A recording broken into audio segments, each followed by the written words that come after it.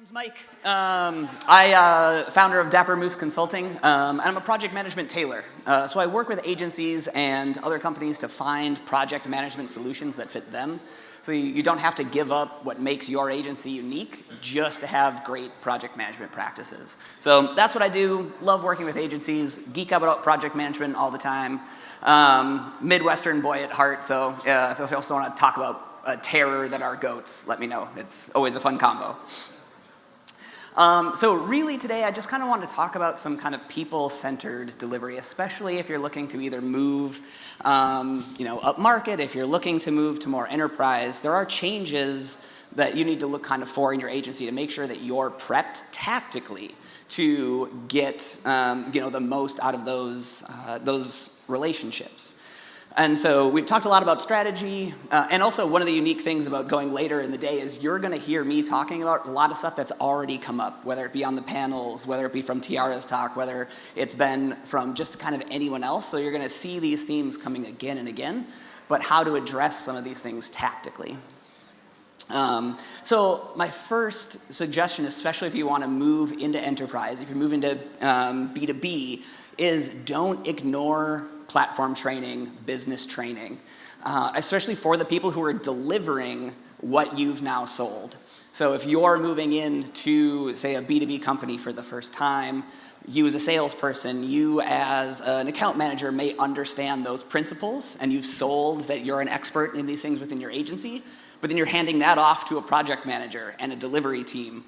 Do they know the principles of business to business? Can they speak to the client now in a way that they understand those principles of different ways of invoicing that's very much different from direct to consumer? Are they able to represent you well and all the promises that have been made from sales in the way that they're executing? And the same thing too with the platforms that you're working with, whether it be Shopify, BigCommerce, whoever you're working with, do you know how those pieces work? If this is your first time doing a B2B build, do you know how all that functionality actually works? Do you know what the limitations are so you can guide your clients properly through that replatforming process?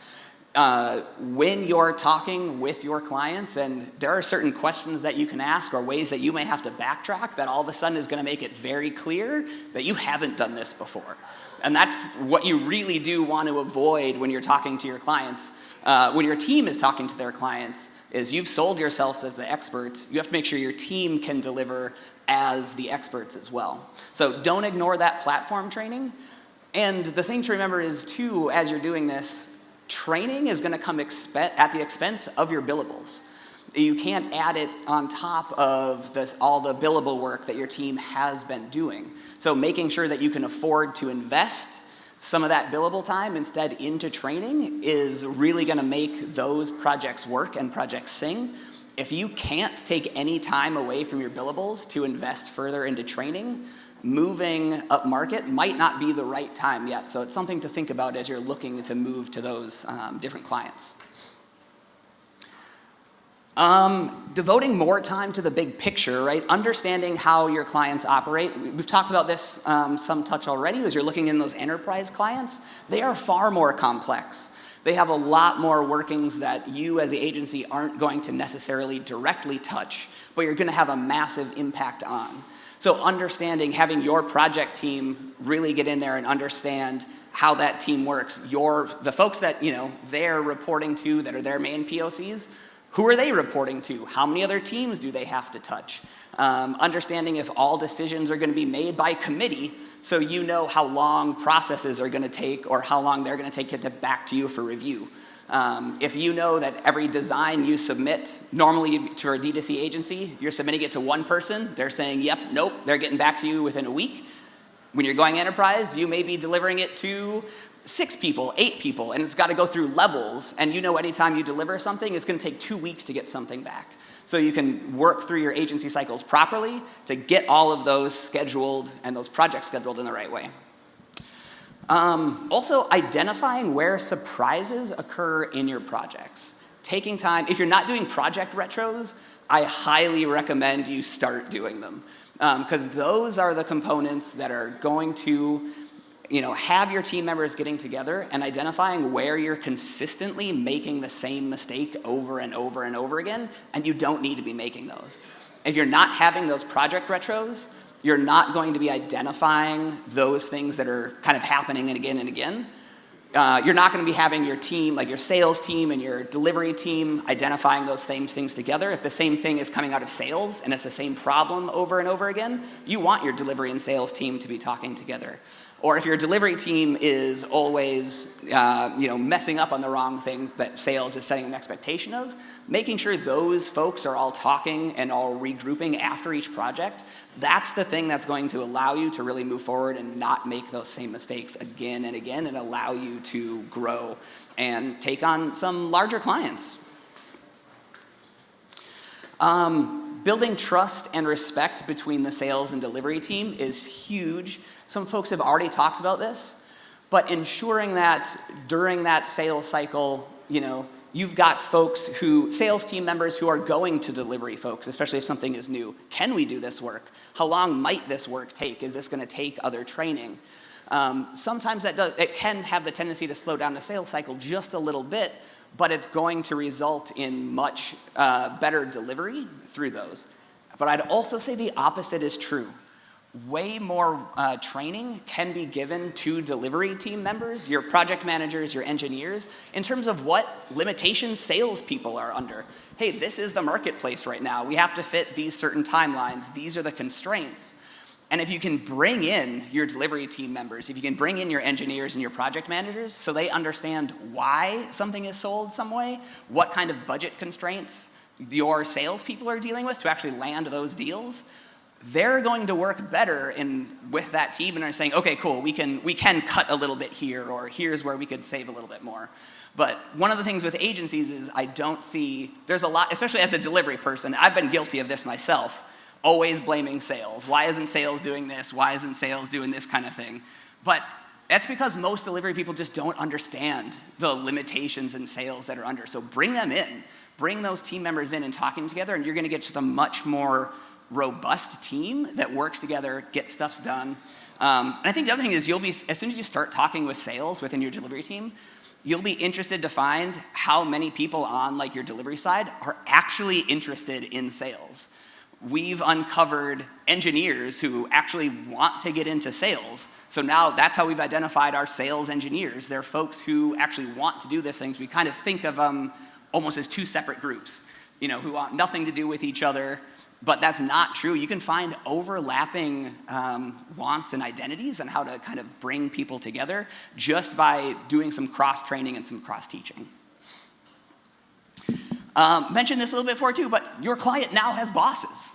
Make them, your client, look good to their bosses. It's changing that atmosphere, changing that mindset just a little bit, where instead of thinking through, hey, how am I going to perform right for this person, or how am I going to keep this client in line with this scope control, it's now thinking about, okay, how can we work together maybe against your main contact's boss who's a jerk?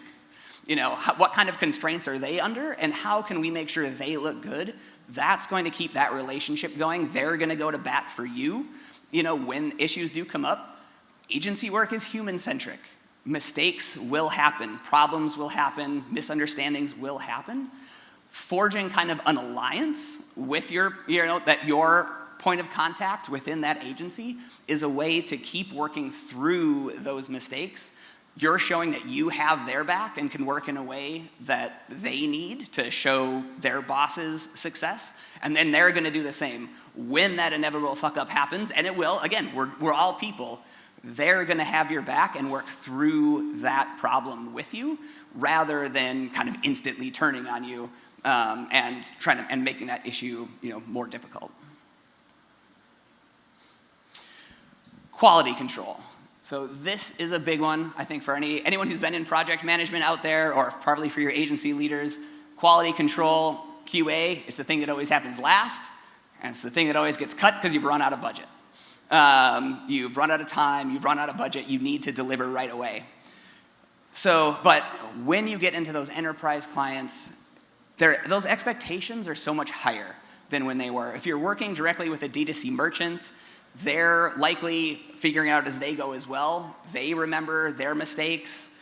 They can work with you around those small things that happen and be more flexible. As we've discussed, with the enterprise level folks, they don't have that level of flexibility. They can't turn that cargo ship fast enough to deal and address some of those mistakes that happened.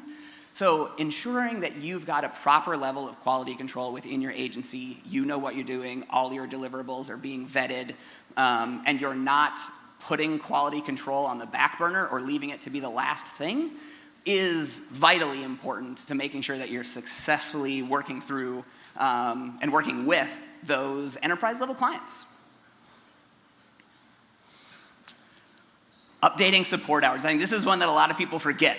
As you move through and as you start dealing with clients that are more on that enterprise level, that might not be just local, might not be just national, and as they have people internationally that they're reporting to, who's going to pick up the phone at 11 p.m.? Who's going to pick up the phone at 2 a.m.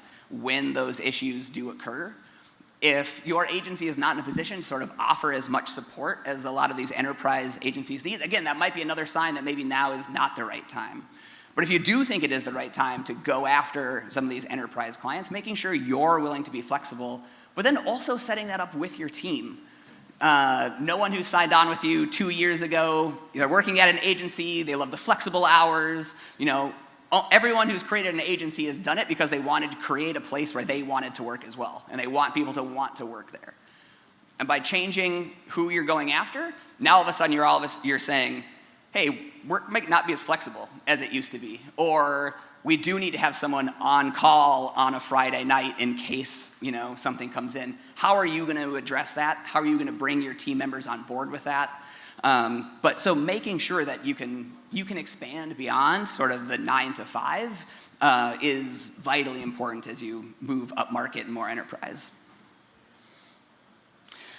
And then another one, leveraging your partners. Talked a little bit about this, but this one goes, I think, above and beyond just leveraging relationships. Certain agencies, right, selling yourselves as experts in your field, experts in what? And as you're talking to your project managers and all of that trickles down, that typically gets internalized as we are experts in literally everything we do, and we can't convey that we are learning something. So it's instead changing that from a mindset of we are experts in what here, but instead to be we are experts in who.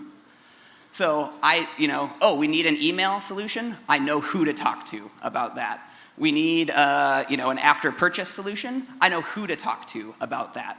Rather than requiring your project managers or your developers to hold all of that knowledge in their head for those quick turnarounds, instead just knowing who you can turn to get the right answers, and then leveraging your partners, letting your partners do the sale for that particular function, that particular platform, removing that kind of from your need to be knowledgeable about everything all the time, then makes it so that you're gonna have fewer fuck ups. You're not gonna recommend the wrong thing because it's gonna be on your partners to recommend the right thing. And the other thing that I'll say is, if I can see here, how many agency leaders are here? If you were to consider yourself a leader in your agency. Awesome. How many of you would you can say are dealing with clients 75% of your job in terms of managing projects or whatever? So a few. We still got a few. Excellent. But if you're a leader and you usually have project managers under you, we're in a room full of partner representatives and contacts. How are you ensuring that your project managers and your developers know who to reach out to? Something with account managers, usually we'll have a partner manager at an agency, but that now is a step. If I'm a project manager, I've heard that there's a solution needed over here. It is a long time for then me to reach out to my account manager, make sure they understand the need, have my account manager reach out to our partner manager, have the partner manager then confirm, get back to my account manager, get back to me. That's slowing down my entire project.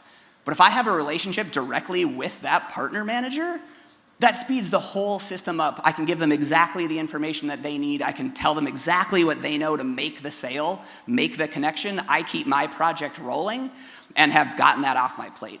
So if you aren't introducing your project managers to your partners, like to your platform partners, please start doing so, because it's going to speed up that process so much and take a lot of pressure off of everybody. That was actually it. So that was the last one I wanted to do. So if I love geeking about project management, hit me up anytime. Thanks, everybody.